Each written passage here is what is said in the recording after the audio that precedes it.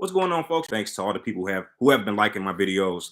As a result, I'm being seen a little bit more, and I want to just say, continue to do what you do if you like what you're seeing and what you're hearing. Now, I want to talk about the leftovers alliance because I really didn't go into deep analysis on that particular alliance. I want to say I'm very, very excited about what they bring to the table. No one saw this coming. I mean, I never thought that Monty and Taylor had a real chance to work together. I never thought I would see Turner and Michael work together. These are like they said, the leftovers. It's almost like the underdogs getting a chance to, assemble. Almost like, superheroes, if you will. They all have strengths and weaknesses, but at the same time, all together, I do believe they pose a real and serious threat. Now, I would like to quickly go over the alliance members and let's have slight discussions about them. Don't forget, I always read all my comments. So if you feel or you disagree or you don't agree, whatever, or you do agree, please let me know so we can, chop it up about it. But let's start with the ring leader, in my opinion, which is Turner. He's the ring leader. At the same time, he's very low key. He's not the one that's standing out. If they ever take a shot at the leftovers alliance, I do think Turner misses that shot because he's not standing out. Michael would most likely get that shot. Turner, his pros, or what he does well, he's low key, he's quiet, he's sneaky. I don't necessarily see him as a competition threat, though he has won one HO. Wait, did he win HOH? Yes, he has won one HOH, obviously, but at the same time, besides that performance, I didn't really see him do much. So I am a little skeptical about his competition performances and not ready to call him a serious threat there. But at the same time, I do like what Turner brings to the table. As far as cons, it doesn't seem like he's well integrated throughout the house in terms of social gameplay, but that's yet to be seen. The next player I will talk about is Michael. Michael, by far, is my favorite leftovers member. He is the person that is still left in the game that I have pegged to win the entire thing. Obviously, his pros are obvious. He's a great social player. He's strong. He's physical. He's smart. He's gentle. He's nice. He's non-threatening in terms of just the way he comes and talks to people. But at the same time, he can just turn it on and turn it off. I feel like when he came into the house, no one saw him as being a competition threat. But as of today, he's won maybe 80% of the competitions, whether it be veto or anything else. And I'm just waiting for the moment when he wins HOH. It's like his competition threatness just turns off for HOH competitions. But certainly, I do want to see him as HOH, and I think that day is coming sooner than later. The next leftovers member I'll talk about is Brittany. Brittany is certainly a funny player. If you've been, you know how I feel about Brittany, but outside of the game, I think she's a wonderful person, and I think that definitely carries over and shows through on the show. I don't see her as a threat yet, but then again, maybe it's my fault that I'm not seeing that because, as you can see, she's a part of a new alliance, and it's a very dominant alliance. So who's the joke on, me or her? I mean, she's definitely making moves and making strides within the game, which clearly shows that she is a threat within the game itself, and more importantly, her making these moves while not being a physical threat, while not upsetting anyone. These are all great things which show her true potential.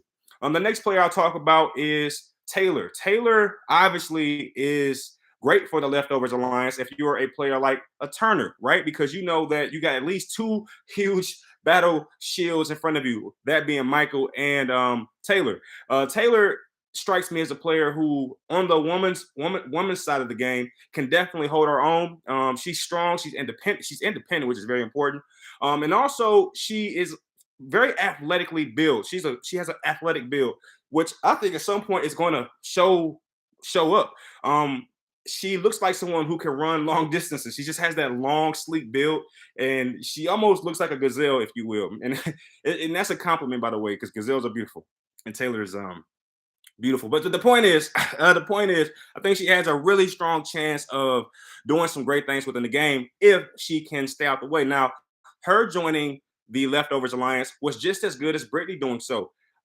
I think both of them really needed the protection with the Girls Alliance and shambles and being all over the place and being in multiple alliances. I mean, just about every member of the Girls Alliance is just really spread out throughout the house. So that alliance is very saturated, and I don't think that it goes far within the game.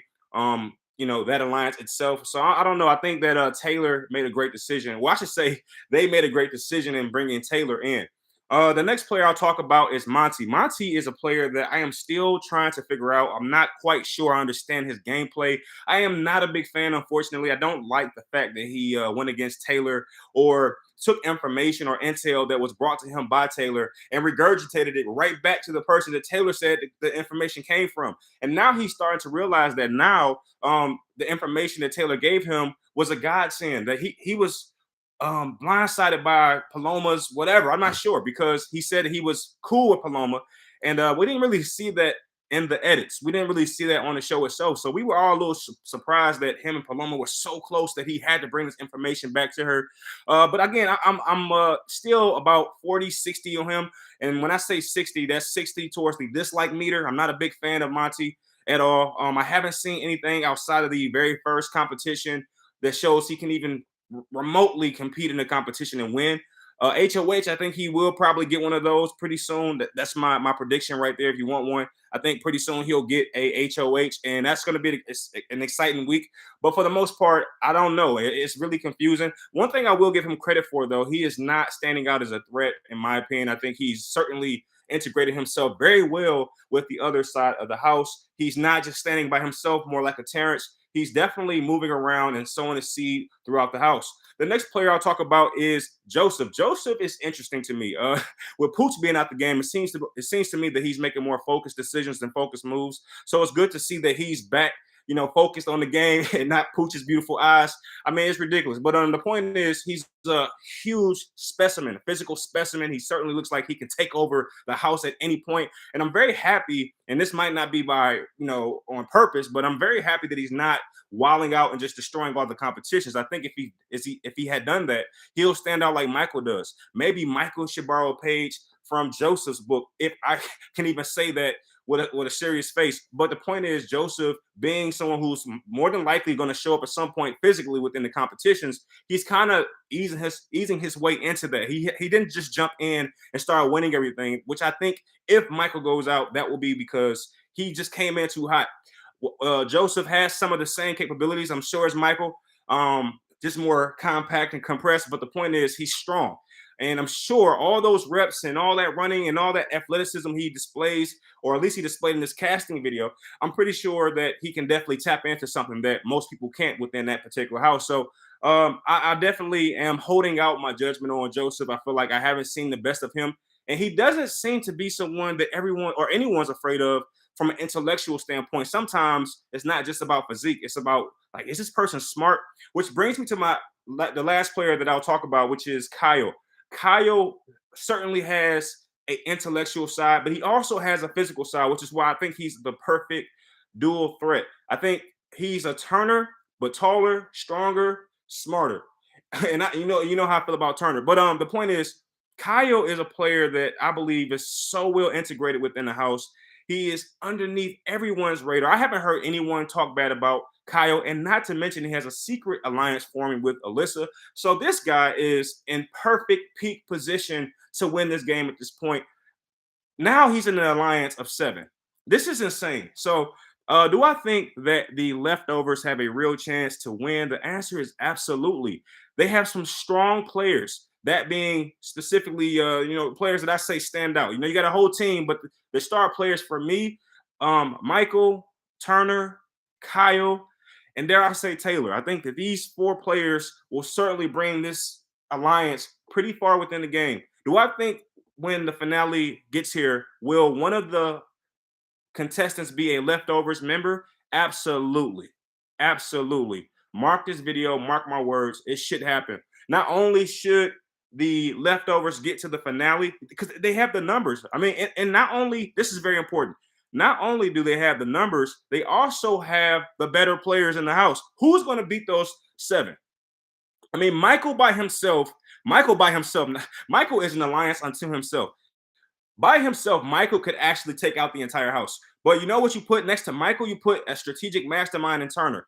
Turner by himself could take out the entire house. But you know what you do? That's not enough. You put a whiz kid like Kyle next to Turner and Michael, and you just have an unbeatable team right there. But wait, let's not stop. Let's go ahead and throw Joseph in the mix because hey, we just needed some more muscles just to add on to the cipher. Oh wait, and then you got Monty. This is this very dual chameleon like player who does a little bit of everything. Okay, you got him in there, and then you got Taylor, one of the strongest girls in the house. As far as yeah, the girls' side, I would say Taylor can definitely take Nicole. That's just my personal opinion. After seeing Nicole's latest antics, I think Taylor can take Nicole. And then you got Brittany, someone who is a sweet butterfly that most people won't see as a threat or coming. And she's probably able to get intel from each side of the house. She's one of those players that can just sit there and you barely notice that she's there as a viewer. And then you like, oh, wait, Brittany's there.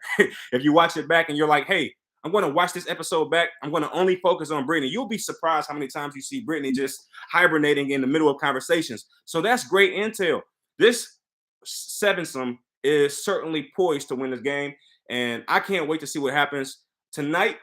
We'll see. If you don't know, we are July 28th is when I'm recording this, and the eviction episode comes on tonight, and we don't know what's going to happen. They cut off the episode pretty early yesterday.